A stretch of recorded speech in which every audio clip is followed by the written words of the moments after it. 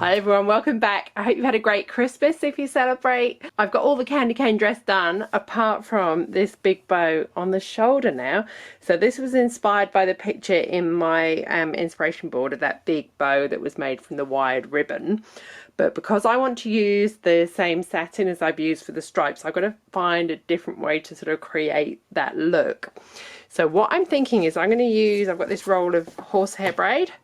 And I'm thinking if I make a tube of satin and then feed the horsehair braid through it, I can then sort of fold it like this, like you would for one of those wide ribbon bows. I'm going to have to make quite a lot of it. And you keep folding it and folding it like this. And then you squish it and then you kind of pull these out to the shape you want them to be. So I'm thinking that could be a really good option, and then I'll just make two dangly bits to go down the back. So I think the best way to do this, I don't think I need to cut this on the bias like I did for the stripes. So I'm going to cut lots of strips of the satin just on the grain. So it's 1.5 meters wide. So maybe if I cut 4 strips, 3, 6, 9, 12 meters. Thread this through and then sort of fold it up into that, and let's see if it works. Okay, so my horsehair is about 1 inch wide, so I've cut 4 strips that are 3 inch wide. That gives me 1 inch for either side of the horsehair plus 2 1/2-inch seam allowances. So next I'm going to join them all right sides together at the end and then fold them in half and stitch that 1/2-inch seam allowance, and then turn my big long tube in the right way and press it.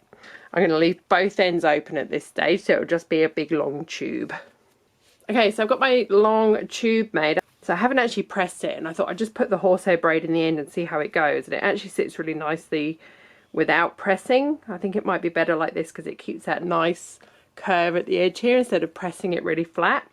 So next I've just attached my horsehair braid to a safety pin, and I'm just going to pull it through the whole tube. Trying to keep it with the seam on one side, keep it without a twist in it. So my tube is about 12 meters long in total.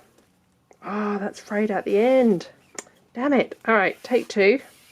All right, so my safety pin has just pulled out of the end. It's frayed it. So I'm just going to put a few stitches across that and then do exactly the same again. Cool. So I've just put some stitches across it and then I've doubled it back on itself. So hopefully this end's smoother than this frayed end to pull through the tube. And hopefully the stitches and the fold will stop the safety pin pulling out this time. So let's try that again. That's a bit better. Feels a bit more secure this time. So I'm going to keep doing this until I reach the end. And then I'm going to stitch it in place. I've got the ends folded in. So once I reach the end, I'll trim it and then just machine stitch each end into place. And then we should end up with a nice sort of long stiff tube like this to create our bow effect. Okay, so here's how my tube looks with the horsehair through the whole thing. So now I'm going to start creating loops that are about 6 inches from the centre. Let's pin a couple at 7 inches actually, and then I'll just pop it on the dress form and see if I like that size. So it's going to fold 7 inches, so 14 inches to create a 7-inch loop into the middle. I just put these pins in there just to hold it nice and straight while I was doing it. Yeah, I reckon 7-inch loop looks good. So then I'm going to create a 7-inch loop the other side. If I put a big pin in and mark my centre, I can always measure out from that. Cool. So that's 7 inches from the centre that side. And then I'm just going to keep creating these 7-inch loops. And then pin all the layers back together in the middle. I think I'll probably just do a few stitches every couple of layers just to stop it sliding when I do finally stitch the whole thing.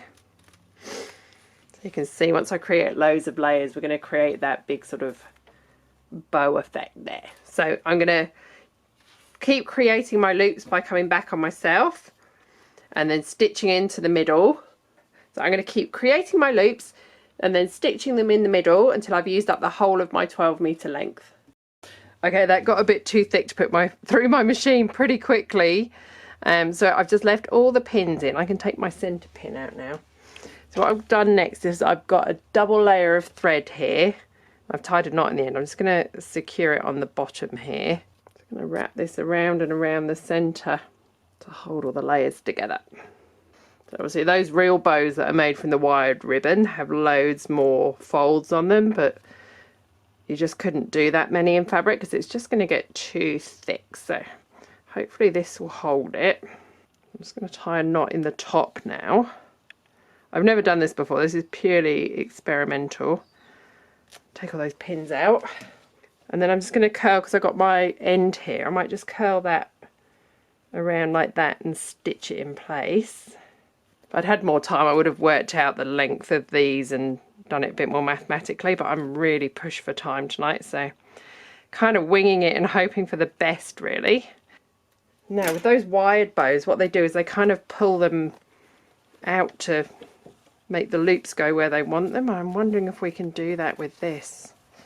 So if I pull some forwards and some backwards so they're not all in a line, kind of works. Oh, actually that looks good. I can separate it that way. Instead of keeping it flat where I did it, all I've done is split it in half like that.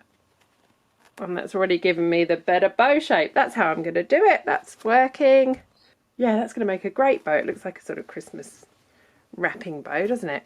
The last thing I need to do is just make these two drapes to go down the back. I'm literally just going to cut the length and shape I want with the satin right sides together, stitch around the edge, turn it in the right way and press it. And then I'll put all this on the dress and show you the finished look. So here is the finished dress. I would admit I've just pinned the bow and I haven't sewn it on yet because I've just run out of time. So this is the finished dress. If I spin it around you can sort of see the full effect. There's a few things I'm not happy with. There's a few things I'd do differently if I did it again. But overall, I really like it. It's the experiment of putting the corset inside it has worked really well. I'm keen to reuse this pattern and do the corset with a lace up actually. Oh, that's dropped down a bit.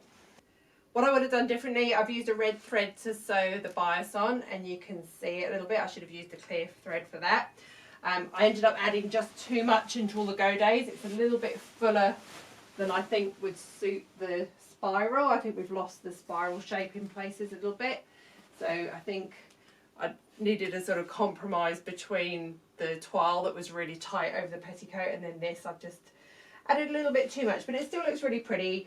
And I could even add some more layers to the petticoat to really puff it out too. The bow, I kind of like the bow. I'm not 100% happy with it. But then I was never going to get the same effect as wired ribbon using satin. So I think maybe if I revamp it at some point, I might look for some dark red wired ribbon and do that big bow like in my inspiration board. I like the little dangles. I think it gives it that look of a present. It's very Christmassy still. I'm glad we left the crystals off. I think it looks great just like it is. It just didn't need them as well.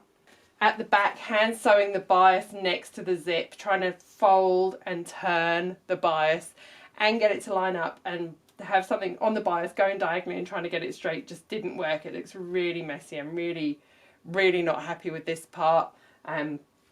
At some point I'll redo it and I'll undo the zip and actually stitch them into the zip, which will look a lot neater, but for now it's fine.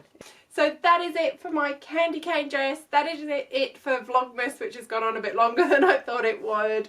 But I really hope you've enjoyed watching the process of me design and make this dress. So right from how I get my design inspiration and put my board together, my ideas, and then how I come up with a design from that, right through to the pattern making and problem solving and tweaking the design as I go through, and ending up with a finished product that's, yeah, I'm happy but not 100% happy. Yeah, it's all a learning experience. So from making this dress, which is quite different to what I normally do, I've definitely learned a lot about what I could do differently, new techniques. So I'm really pleased in that respect. Right now I have to go and pack. I think it's about 8:30 already. I'm actually flying to France early tomorrow morning to visit my family, and to escape this smoke in Canberra for a little bit as well. My chest is my chest is not in a good way, so hoping some fresh air in France will help me with that. It's just me and Lily going this time, so she's all packed. I still haven't even started packing, so I'm going to say goodbye and go pack. I will vlog some of my France trip as well, and my mum sews and has lots of crafty sewing stuff there, so I will find something to film while I'm over there as well. Yeah, so thank you for watching. Thanks for watching Vlogmas, and I will see you soon in a new video. Please subscribe if you haven't already. I'd love my little channel to grow and get seen by more people. Hopefully share my sewing inspiration and techniques and help other people with their sewing somehow. So thanks for watching. See you soon.